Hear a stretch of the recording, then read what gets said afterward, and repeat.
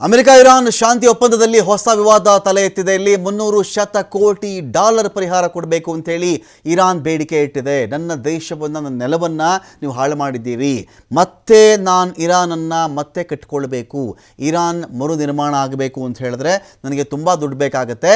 300 ಶತಕೋಟಿ ಡಾಲರ್ ನೀವು ಇದಕ್ಕೆ ಪರಿಹಾರ ಕಟ್ಟಿಕೊಡಿ, ಕಾಂಪನ್ಸೇಷನ್ ಕೊಟ್ಟುಬಿಡಿ ನನಗೆ. ಇದನ್ನು ಶಾಂತಿ ಮಾತುಕತೆಯನ್ನು ಇರಾನ್ ಆರ್ಥಿಕ ಲಾಭಕ್ಕೆ ಬಳಸಿಕೊಳ್ತಾ, ಇರಾನ್ ಪರಿಹಾರ ಕೇಳ್ತಿರೋ ತಪ್ಪು ಅಂತ ಅಲ್ಲ, ಪರಿಹಾರದ ಮೊತ್ತ ತುಂಬ ದುಬಾರಿ ಆಗಿಬಿಡ್ತಾ, ತುಂಬ ಜಾಸ್ತಿ ಆಯಿತಾ ಅಂತ ಪ್ರಶ್ನೆ ಇದೆ. ಇಲ್ಲಿ ಇರಾನ್ಗಾಗಿರ್ತಕ್ಕಂಥ ನಷ್ಟ ಅದನ್ನು ಅವರು ಕೇಳಿಕೊಳ್ಳಬಹುದು. ನಮ್ಮ ದೇಶದ ಮೇಲೆ ಕ್ಷಿಪಣಿಗಳು ಹಾಕಿದ್ರಿ, ಬಾಂಬ್ ಹಾಕಿದ್ರಿ, ಎರಡೂ ದೇಶಗಳು ಬಂದು ದೇಶವನ್ನು ಹಾಳು ಮಾಡಿಬಿಟ್ರಿ ನನಗೆ, ಇದೆಲ್ಲ ಓಕೆ.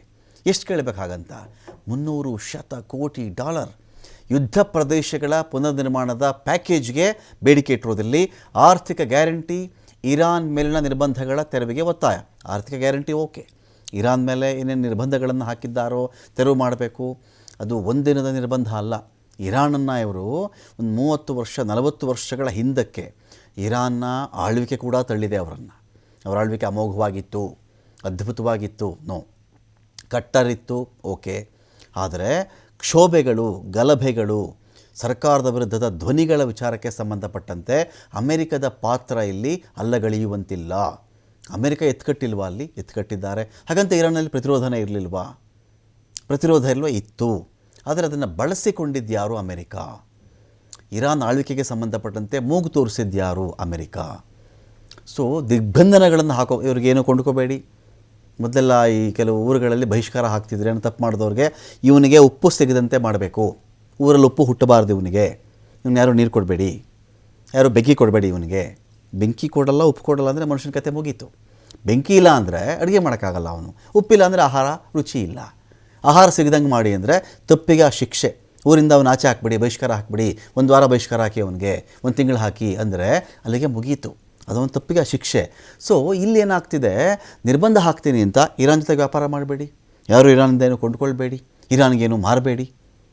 ನಿರ್ಬಂಧಗಳು, ಇರಾನ್ ಪ್ರಾಪರ್ಟಿಗಳು ಯಾವ್ಯಾವ ದೇಶಗಳಲ್ಲಿ ಇತ್ತೋ ಎಲ್ಲವನ್ನು ಮುಟ್ಟುಗೋಲು ಹಾಕಿಬಿಡ್ತೀನಿ ಅಂದರೆ ಇರಾನನ್ನು ನೀವು ಒಂದು ಕಾರ್ನರ್ಗೆ ದೂಡ್ತಾ ದೂಡ್ತಾ ದೂಡ್ತಾ ದೂಡ್ತಾ ಕಟ್ಟ ಕಡೆಗೆ ಅದೂ ತೃಪ್ತಿಯಾಗದೆ ಯುದ್ಧಕ್ಕೂ ನೀವು ಹೋದ್ರಿ, ಮಂಡಿ ಊರಿದ್ರಿ. ಮಂಡಿ ಊರಿ ಆಯಿತು. ಇವತ್ತಿಗೆ ಇರಾನ್ನ ಸರದಿ ಅವ್ರು ಕೇಳ್ತಾ ಇದ್ದಾರೆ. ಇವತ್ತಿಗೆ ಪರಿಹಾರದ ಮೊತ್ತ ಯಾವಾಗಲೂ ಬಾರ್ಗೈನ್ ಅಂತಾರೆ ಅದನ್ನು. 300 ಶತಕೋಟಿ ಡಾಲರ್ ಯಾರಿಗಾದರೂ ಜಾಸ್ತಿ ಅನಿಸುತ್ತದು. ಬಾರ್ಗೈನ್ ಆದಾಗ 150 ಕೋಟಿ ಸಿಕ್ಕಲಿ ಬಿಡಿ, ಡಾಲರು ಶತಕೋಟಿ ಡಾಲರ್ ಸಿಕ್ಕಲಿ, 100 ಕೋಟಿ ಶತಕೋಟಿ ಡಾಲರ್ ಆದರೂ ಸಿಕ್ಕಲಿ ನಮಗೆ. ಆ ಒಂದು ಲೆಕ್ಕಾಚಾರದ ಮೇಲೂ ಕೂಡ ಇವರು ಕೇಳಿರಬಹುದು. ಹೇಳಿದಕ್ಕೆ ಅಮೆರಿಕ ಒಪ್ಕೊಂಡ್ಬಿಡುತ್ತೆ ಅಂತಲ್ಲ. ಸೊ ಇಷ್ಟು ಕಾರ್ನರ್ ಮಾಡಿದ ಮೇಲೆ, ಅವ್ರಿಗೆ ಏನೂ ಸಿಗದಂತೆ ಮಾಡಿದ ಮೇಲೆ, ಅವರು ಒಂದು ರೀತಿಯಲ್ಲಿ ಪ್ರಾಕ್ಸಿ, ಒಂದು ರೀತಿಯಲ್ಲಿ ಈ ಶ್ಯಾಡೋ ಫ್ಲೀಟ್, ಯಾವುದೋ ದೇಶಕ್ಕೇನೋ ಹೋಗ್ತೆ ಅನ್ನೋ ರೀತಿಯಲ್ಲಿ ಏನನ್ನೋ ತರಿಸ್ಕೊಂಡು ಅದನ್ನು ಅವ್ರ ದೇಶಕ್ಕೆ ಬರುವಂತೆ ಮಾಡಿಕೊಂಡು ಇದೇ ವ್ಯವಹಾರ ಮಾಡ್ಕೊಂಡಿದ್ದಲ್ವ. ವ್ಯಾಪಾರವೂ ಹಾಗೆ ಆಗಿತ್ತು. ವ್ಯಾಪಾರ ಇಂಥವ್ರು ಇವ್ರ ಜೊತೆ ಮಾಡಬೇಡಿ, ಅವ್ರ ಜೊತೆ ಮಾಡಬೇಡಿ ಅಂದರೆ ಯಾರು ಏನಕ್ಕೂ ಕೇರ್ ಮಾಡಲ್ವೋ ಅವರೊಂದಿಗೆ ವ್ಯಾಪಾರ ಮಾಡಬೇಕು, ಬೇರೆ ರೂಟ್ ಕಂಡು ಹಿಡಿಬೇಕು, ಅಮೆರಿಕ ಗೊತ್ತಾಗದಂತೆ ಏನೋ ಮಾಡಬೇಕು, ಒಂದು ಡ್ರೋನ್ ತಯಾರಿಸ್ಬೇಕಾ, ಯಾವ್ಯಾವ ದೇಶದಿಂದ ಯಾವುದೋ ಬಿಡಿಭಾಗಗಳು ಎಲ್ಲಿಗೋ ಬಂದಂತೆ ಬರಬೇಕು, ಯಾವುದೋ ಆಟಿಕೆಯನ್ನು ಅವ್ರು ಆಟಿಕೆನ ಆಮದು ಮಾಡ್ಕೊಳ್ಳೋದು. ಮುದ್ದು ಗುಂಡು ಶಸ್ತ್ರಾಸ್ತ್ರ ಆಮದು ಮಾಡ್ಕೊಳ್ಳೋಕ್ಕಾಗಲ್ವಲ್ಲ. ಆಟಿಕೆ ಇರತಕ್ಕಂಥ ಎಲೆಕ್ಟ್ರಾನಿಕ್ ಡಿವೈಸ್ಗಳನ್ನು, ಬೋರ್ಡ್ಗಳನ್ನು ಬಳಸ್ಕೊಳ್ಬೇಕು, ಇಲ್ಲಿ ಡ್ರೋನ್ ತಯಾರು ಮಾಡಬೇಕು. ಇವೆಲ್ಲವೂ ಇರಾನ್ಗೆ ಇದ್ದದ್ದೇ. ಇಂಥ ನಿರ್ಬಂಧಗಳು ಹಾಕಿದ್ದೀರಲ್ಲ ನೀವು, ಇದು ತೆರವು ಮಾಡಬೇಕು. ನೀವು ಮಾಡಬೇಕದನ್ನು. ಯಾವುದೇ ದೇಶ ಆದರೂ ಅಷ್ಟೇ ನಿರ್ಬಂಧಗಳನ್ನು ಹಾಕ್ಕೊಂಡು ಆ ದೇಶವನ್ನು ಕಾರ್ನರ್ ಮಾಡೋದ್ರಿಂದ ಶಾಂತಿ ನೆಲೆಸ್ಬಿಡುತ್ತೆ. ಏನಾಗುತ್ತೆ, ಆ ದೇಶ ಬೇರೆ ರೂಟ್ ಹುಡುಕತ್ತಷ್ಟೇ. ನೀವು ಗೋಲ್ಡ್ಗೆ 16% ಟ್ಯಾಕ್ಸ್ ಹಾಕ್ಬಿಡ್ತೀನಿ ನಾನು, 20% ಟ್ಯಾಕ್ಸ್ ಹಾಕ್ಬಿಡ್ತೀನಿ ನಾನು ಅಂತ ಮಾಡಿದಾಗ ಯಾವುದು ಎನಿ ಕಂಟ್ರಿ ಏನು ಮಾಡ್ತಾರೆ, ಕಳ್ಳದಾರಿ ಜಾಸ್ತಿ ಆಗುತ್ತೆ ಅಷ್ಟೇ. ತೆರಿಗೆ ವಂಚನೆಗೆ ಏನು ದಾರಿ ಹುಡುಕಬೇಕೋ ಅದನ್ನು ಹುಡುಕುತ್ತೆ. ಉಪ್ಪು ನಿನಗೆ ಕೊಡಲ್ಲಪ್ಪ, ನಿನ್ನ ಮನೆಗೆ ಉಪ್ಪು ನಾನು ಕೊಡಲ್ಲ, ಯಾರು ಮಾರಬೇಡಿ ಅಂತ ಹೇಳಿಬಿಟ್ಟಾಗ ಆ ಮನೆ ಏನು ಮಾಡುತ್ತೆ ಹೇಳಿ? ಉಪ್ಪಿಂದ ಬದುಕ್ತಾರೆ ಅವರು. ಉಪ್ಪಿಗೆ ಏನೇನು ಮಾಡಬೇಕು ನಾನು ದಾರಿ, ಎಲ್ಲೆಲ್ಲ ನನಗೆ ಉಪ್ಪು ಸಿಗುತ್ತೆ, ಯಾರಿಂದ ತರಿಸ್ಕೊಳ್ಬಹುದು, ನಾನು ಎಷ್ಟು ಕತ್ತಲೆ ಆದಮೇಲೆ ಉಪ್ಪು ತರಿಸ್ಕೊಳ್ಬೇಕು, ಇದೇ ಪ್ಲಾನ್ ತಾನೇ ಎಲ್ಲರೂ ಮಾಡೋದು. ಇದನ್ನು ಇರಾನ್ಗಿಟ್ಟು ಅವ್ರು ಈ ಥರ ಮಾಡಿದ್ದು ನೀವು ಯಾಕೆ?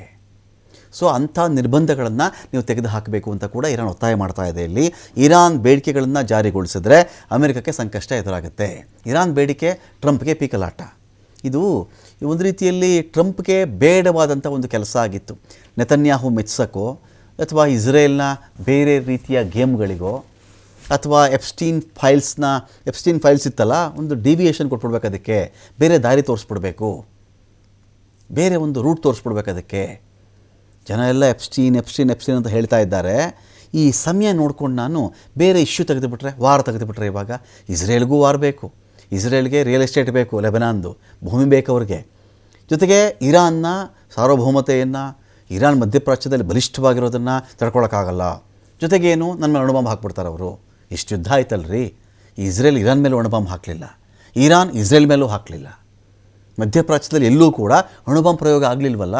ಮತ್ತು ಅಣುಬಾಂಬ್ ಇದೆ ಇಂಥ ಯುದ್ಧ ಆದಾಗ ಅಣುಬಾಂಬ್ ಹಾಕಿಲ್ಲ ಅಂದಮೇಲೆ ಇನ್ಯಾವಾಗ, ಇನ್ನೇನಕ್ಕೆ ಇಟ್ಕೊಂಡಿರೋದು ಅಣುಬಾಂಬನ್ನು? ಇಲ್ಲ ಅಲ್ಲ. ಅಣುಬಾಂಬ್ ದೇಶದ ಭದ್ರತೆಗೋ ರಕ್ಷಣೆಗೋ ಇಟ್ಕೊಂಡಿರ್ತಾರೆ. ಕೆಲವರು ಸೈನ್ ಮಾಡಿಬಿಟ್ಟು ಇಟ್ಕೊಳ್ತಾರೆ, ನಾನು ವಿದ್ಯುತ್ ಉತ್ಪಾದನೆ ಮಾಡ್ತಾ ಇದ್ದೀನಿ ಅಂತ ಯುರೇನಿಯಂ ಇಟ್ಕೊಂಡು ಅಣುಬಾಂಬ್ ತಯಾರು ಮಾಡ್ತಾರೆ. ಇಸ್ರೇಲ್ ನಾನು ಸೈನೇ ಮಾಡಲ್ಲ ಅಂತಾರೆ. ಇಸ್ರೇಲ್ ನಾನು ಸೈನೇ ಮಾಡಲ್ಲ ಅಣುಬಾಂಬ್ಗೆ, ಇದಕ್ಕೆ ಟ್ರೀಟಿಗಳಿಗೆ ಒಪ್ಪಂದಗಳಿಗೆ ಅಂತ ಇಸ್ರೇಲ್ ಹೇಳ್ತಾರೆ ರೀ. ಹೇಗೆ? ಇಬ್ಬರಲ್ಲಿ ಯಾರು ಶ್ರೇಷ್ಠ ಇವಾಗ? ಒಬ್ಬ ನಾನು ವಿದ್ಯುತ್ ತೊಗೊಳ್ತೀನಿ, ವಿದ್ಯುತ್ಗೋಸ್ಕರ ಬೇಕು, ನನಗೆ ಯುರೇನಿಯಂ ಬೇಕು, ಅದನ್ನ ಇಟ್ಕೊಂಡು ಅಣುಬಾಂಬ್ ಮಾಡಬಹುದು. ಇನ್ನೊಬ್ಬ ಅಣುಬಾಂಬ್ ಮಾಡ್ತೀನಿ, ನಾನು ಸೈನ್ ಹಾಕಲ್ಲ ನಿಮಗೆ. ಇಸ್ರೇಲ್ ಜೊತೆ ಇಲ್ವ ಅಣುಬಾಂಬ್ಗಳು? ಹೇಗೆ ಸಪ್ರೇಟ್ ಮಾಡ್ತೀನಿ, ಡಿಫ್ರೆನ್ಷಿಯೇಟ್ ಹೇಗೆ ಮಾಡೋದು? ಒಬ್ಬ ಅಣುಬಾಂಬ್ ಇಟ್ಕೊಂಡ್ರೆ ಯಾರಿಗೂ ಅಪಾಯ ಇಲ್ಲ, ನನ್ನ ಫ್ರೆಂಡ್ ಅವನು ಅಣುಬಾಂಬ್ ಇಟ್ಕೊಂಡು ಅವ್ನಿಗೆ ಯಾರಿಗೂ ತೊಂದರೆ ಮಾಡಲ್ಲ. ನನಗೆ ದುಶ್ಮನ್ ಇದನ್ನಲ್ಲ, ಅಣುಬಾಂಬ್ ಇಟ್ಕೊಂಡ್ಬಿಟ್ರೆ ಅವ್ನು ಯಾರ ಮೇಲಾದರೂ ಹಾಕ್ಬಿಡ್ತಾನೆ. ಈ ನರೇಷನ್ಸ್ಗಳಿಂದ ವಿಶ್ವ ಹಾಳಾಗ್ತಿರೋದು. ಇರಾನ್ ಬೇಡಿಕೆ ಏನಾಗ್ತಿದೆ? ಟ್ರಂಪ್ಗೆ ಪೀಕಲಾಟ ಶುರುವಾಗಿದೆ. ಇರಾನ್ ಬೇಡಿಕೆ ಜಾರಿಗೊಳಿಸಿದ್ರೆ ಅಮೆರಿಕಕ್ಕೆ ಸಂಕಷ್ಟ ಶುರುವಾಗುತ್ತೆ. ಪರಿಹಾರವನ್ನು ಕೇವಲ ಹೂಡಿಕೆಯ ಪ್ಯಾಕೇಜ್, ಇನ್ವೆಸ್ಟ್ಮೆಂಟ್ ಪ್ಯಾಕೇಜ್ ಅಂತ ಅಮೆರಿಕ ಕರಿತಿರೋದು. ಅಮೆರಿಕ ನೀಡುವಂಥ ಹಣವನ್ನು ನಷ್ಟ ಪರಿಹಾರ. ಇಲ್ಲಿ ಅಮೆರಿಕ ಹೇಳ್ತಿರೋದು ಏನಪ್ಪೋ, ನಿನ್ನ ದೇಶದಲ್ಲಿ ಇನ್ವೆಸ್ಟ್ ಮಾಡ್ತೀನಿ ಅಂತ. ಟ್ರಂಪ್ದು ವ್ಯಾಪಾರಿ ಬುದ್ಧಿ ಅಲ್ವಾ, ಸ್ಮಾರ್ಟ್ ವ್ಯಾಪಾರಿ ಬುದ್ಧಿ ಟ್ರಂಪ್ದು. ಹಾಳು ಮಾಡಬೇಕಾದ್ರೆ ಇದನ್ನು ಪರಿಹಾರ ಕೊಡಬೇಕು ಅಂತ ಹಾಳು ಮಾಡಿದ್ದ, ಇನ್ವೆಸ್ಟ್ ಮಾಡ್ತೀನಿ ಅಂತ ಹಾಳು ಮಾಡಿದ್ದ. ನೋಡಿ ಯಾವ ಥರ ಬಂದರು ಲಾಭ ರೀ. ಟ್ರಂಪು, ಇವ್ರ ಮಕ್ಕಳು, ಇವ್ರದ್ದೆಲ್ಲ ಫ್ಯಾಮಿಲಿ ಮೆಂಬರ್ಸ್ ಮಾಡ್ತಿರೋದು ಏನು ಕೆಲಸ ಗೊತ್ತಾ ನಿಮಗೆ? ಇಡೀ ಫ್ಯಾಮಿಲಿ ಮೆಂಬರ್ಸ್ ಮಾಡೋದು ಡ್ರೋನ್ ವ್ಯಾಪಾರ. ಮಧ್ಯಪ್ರಾಚ್ಯದಲ್ಲಿ ಇರಾನ್ ಸುತ್ತಮುತ್ತಲ ದೇಶಗಳಿದೆಯಲ್ಲ, ಅಲ್ಲಿ ಯಾವಾಗ ಇರಾನ್ ಎಲ್ಲ ಬಾಂಬ್ ಹಾಕಕ್ಕೆ ಶುರು ಮಾಡ್ತಲ್ಲ, ಕ್ಷಿಪಣಿ ಶುರು ಮಾಡಿದಾಗ ಇವ್ರ ಸಂಸಾರಸ್ಥರು, ಮಕ್ಕಳು, ಇವ್ರ ಫ್ರೆಂಡ್ಗಳು, ಉದ್ಯಮಿಗಳಿದ್ರೆಲ್ಲ ಅಲ್ಲಿ ಓಡೋದ್ರು. ಏನಂತ? ನೀವು ಡ್ರೋನ್ ಇಟ್ಕೊಳ್ಳಿ, ಅಮೆರಿಕದ ಡ್ರೋನ್ ಕಂಪನಿಗಳಿವೆ, ಕ್ಷಿಪಣಿ ಕಂಪನಿಗಳಿವೆ, ನಾವು ಪೂರೈಕೆ ಮಾಡ್ತೀವಿ. ಭಯ ಹುಟ್ಟಿಸ್ತವ್ರು ಯಾರು? ಅಮೆರಿಕದವರು. ಬಾಂಬ್ ಹಾಕಿದವ್ರು ಯಾರು? ಅಮೆರಿಕದವರು. ಮಧ್ಯಪ್ರಾಚ್ಯದಲ್ಲಿ ಮಾರಾಟ ಮಾಡಿದವ್ರು ಯಾರು? ಟ್ರಂಪ್ನ ಅಣ್ಣ ತಮ್ಮಂದಿರು, ಮಕ್ಕಳು, ಸಂಬಂಧಿಕರು, ಎಕ್ಸೆಟ್ರಾ. ಈ ಥರ ಮಾಡ್ಕೊಂಡು ಏನು ಮಾಡಿದ್ರು, ಅಲ್ಲೆಲ್ಲ ವ್ಯಾಪಾರ ಬಿಸ್ನೆಸ್ ಕುದುರಿಸ್ಕೊಂಡು ಇಟ್ಕೊಳ್ರಪ್ಪ ನೀವು, ಅದಕ್ಕೂ ಸೇಫ್ಟಿ ಬೇಕಾಗತ್ತೆ ನಿಮಗೆ, ನಾವು ಪ್ರೈವೇಟಾಗಿ ಬಂದಿದ್ದೀವಿ ಇಲ್ಲಿ. ಜೊತೆಗೆ ಅಮೆರಿಕದ ಸೆರೆನೆಲೆಗಳೆಲ್ಲಿವೆ? ಇದೇ ಮಧ್ಯಪ್ರಾಚ್ಯದ ಕತಾರಲ್ಲೋ, ಬಹ್ರೈನಲ್ಲೋ, ದುಬೈನಲ್ಲೋ, ಸೌದಿಯಲ್ಲೋ ಎಲ್ಲೋ ಇದೆಯಲ್ಲ. ಅದಕ್ಕೆ ಅವ್ರು ನೆಲನೂ ಕೊಡಬೇಕು. ನೆಲ ಕೊಟ್ಟ ತಪ್ಪಿಗೆ ಅವ್ರ ಮೇಲೆ ಬಾಂಬ್ ದಾಳಿಗಳೂ ಆಗಬೇಕು. ಬಾಂಬ್ ದಾಳಿಯಿಂದ ಉಂಟಾದಂಥ ಭೀತಿಗೆ ಪರಿಹಾರವಾಗಿ ನಾವು ಡ್ರೋನ್ ಮಾರ್ತೀವಿ ಅಂತ ಟ್ರಂಪ್ನ ಸಂಬಂಧಿಕರು ಅಲ್ಲಿ ಬಂದು ಜಾಂಡ ಹೂಡ್ತಾರೆ. ಅಲ್ಲೂ ವ್ಯಾಪಾರ ಆಯಿತು. ಈಗೇನು ಇದೇ ಟ್ರಂಪ್ ಕಂಪನಿಗಳಿರ್ತವೆ, ಟ್ರಂಪ್ದು ಸಂಬಂಧಿಕರದೋ ಇನ್ನೊಬ್ಬರದೋ ಫ್ರೆಂಡ್ಸ್ದೋ ಕಂಪನಿಗಳಿರ್ತವೆ. ಆ ಕಂಪನಿಗಳು ಬಂದು ಇರಾನ್ ನಾನು ಮತ್ತೆ ಕಟ್ತೀನಿ, ಇನ್ವೆಸ್ಟ್ ಮಾಡ್ತೀನಿ ನಾನು ಇರಾನ್ನಲ್ಲಿ, ನಾನು ನಿನಗೆ ಕಾಂಪನ್ಸೇಷನ್ ಕೊಡ್ತಾ ಇಲ್ಲ, ಕಾಂಪನ್ಸೇಷನ್ ಕೊಡ್ತಾ ಇಲ್ಲ, ಎಕ್ಸ್ಗ್ರೇಷಿಯಾ ಕೊಡ್ತಾ ಇಲ್ಲ, ನಾನು ನಿನಗೆ ಪರಿಹಾರ ಕೊಡ್ತಾ ಇಲ್ಲ, ನಾನು ನಿನಗೆ ಕೊಡೋದೇನು ಅಂದರೆ ಹೂಡಿಕೆ ಮಾಡಿಬಿಡ್ತೀನಿ ನಾನು. ಅಂದರೆ ಹೂಡಿಕೆ ಮಾಡಿದಾಗ ಏನು ಹೇಳಿ? ಲಾಭ. ಹಾಳು ಮಾಡೋರು ಇವರೇ, ಲಾಭನೋ ಇವ್ರಿಗೆ ಬೇಕು, ಇವ್ರ ಕಂಪ್ನಿಗಳಿಗೆ ಬೇಕು ಅಂದರೆ ಯಾರು ಒಪ್ಪಿಡ್ತಾರೆ ಇದನ್ನು ಅಂತ ಪ್ರಶ್ನೆ ಇದೆ ಇಲ್ಲಿ. ಇರಾನಲ್ಲ ರೀ, ಆ ದೇಶದಲ್ಲಿ, ಆ ಜಾಗದಲ್ಲಿ ಯಾವ ದೇಶ ಆದರೂ ಇಟ್ಕೊಳ್ಳಿ, ಹಾಳೆಲ್ಲ ಮಾಡಿಬಿಟ್ಟು ಏನಪ್ಪ ನಿಂಗೆ ಸಾಲ ಕೊಡ್ತಾ ಇದ್ದೀನಿ, ಇನ್ವೆಸ್ಟ್ ಮಾಡ್ತಾ ಇದ್ದೀನಿ ಬಾ ಅಂದರೆ, ನನ್ನದು ನೆಲ ಹೋಯಿತು, ನನ್ನದು ಶಾಲೆ ಹೋಯಿತು, ನನ್ನದು ನೀರಿನ ಘಟಕಗಳು ಹೋಯಿತು, ತೈಲ ಘಟಕಗಳು ಹೋಯಿತು, ನನ್ನ ಮನೆಗಳು ಹಾಳು ಮಾಡಿದ್ರಿ, ನನಗೆ ಅದು ಕಟ್ಕೊಡ್ರಪ್ಪ ಅಂದರೆ ಏನೋ ಸಾಲ ಕೊಡ್ತೀನಿ, ಇನ್ವೆಸ್ಟ್ ಮಾಡ್ತೀನಿ, ನೋಡೋಣ ಆಮೇಲೆ ಲಾಭ ಬಂದಮೇಲೆ ನೋಡೋಣ ಅಂದರೆ ಆಗುತ್ತಾ? ಇರಾನ್ ನಿಲುವಿನಿಂದ ಅಮೆರಿಕದಲ್ಲಿ ಹಲವು ಪ್ರಶ್ನೆಗಳು ರೈಸ್ ಆಗ್ತಾ ಇದೆ. ಇರಾನ್ ಬೇಡಿಕೆಗಳ ಕಾರಣದಿಂದಾಗಿ ಒಪ್ಪಂದ ಮುರಿದು ಬೀಳುವಂಥ ಭೀತಿ ಇದೆ. $300 ಮಿಲಿಯನ್ ಕೊಡೋಕ್ಕಾಗಲ್ಲ, $300 ಶತಕೋಟಿ ಕೊಡೋಕ್ಕೂ ನಮ್ಮ ಕೈಲಾಗಲ್ಲ. ಸೋಷಿಯಲ್ ಮೀಡಿಯಾ ಟ್ರೂತ್ನಲ್ಲಿ ಟ್ರಂಪ್ ಪೋಸ್ಟ್ ಮಾಡ್ಕೊಂಡಿದ್ದಾರೆ, ಇರಾನ್ಗೆ $300 ಮಿಲಿಯನ್ ಹಣ ಕೊಡಲ್ಲ, ಇನ್ಯಾವತ್ತೂ ಅಣ್ವಸ್ತ್ರ ಹೊಂದಲ್ಲ ಅಂತ ಇರಾನ್ ಹೇಳಿಬಿಟ್ಟಿದೆ. ಇದು ಮಾತಿದು. ಆದರೆ $300 ಮಿಲಿಯನ್ ನೀಡುವಂಥ ಅಥವಾ $1 ಬಿಲಿಯನ್ ನೀಡುವಂಥ ಸುದ್ದಿ ಸುಳ್ಳು ಅಂತ ಅವರಲ್ಲಿ ಹೇಳ್ತಾ ಇರ್ತಕ್ಕಂಥ ವಿಚಾರ. ಇದು ಯಾರೇ ಆದರೂ ಕೂಡ ಅವರು ನಾನು ಹೊರ್ಮುಜ್ಗೆ ಟೋಲ್ ಹಾಕ್ತೀನಿ ಅಂತಾರೆ. ಈಗ ನೀನು ನನಗೆ ಕೊಡದೇ ಇದ್ದರೆ ಎಲ್ಲ ಹಡಗಿನ ತಗೋತೀನಪ್ಪ ಅಂತ ಅವಾಗ ಏನು ಮಾಡ್ತಾರೆ ಎಲ್ಲರೂ? We don't know.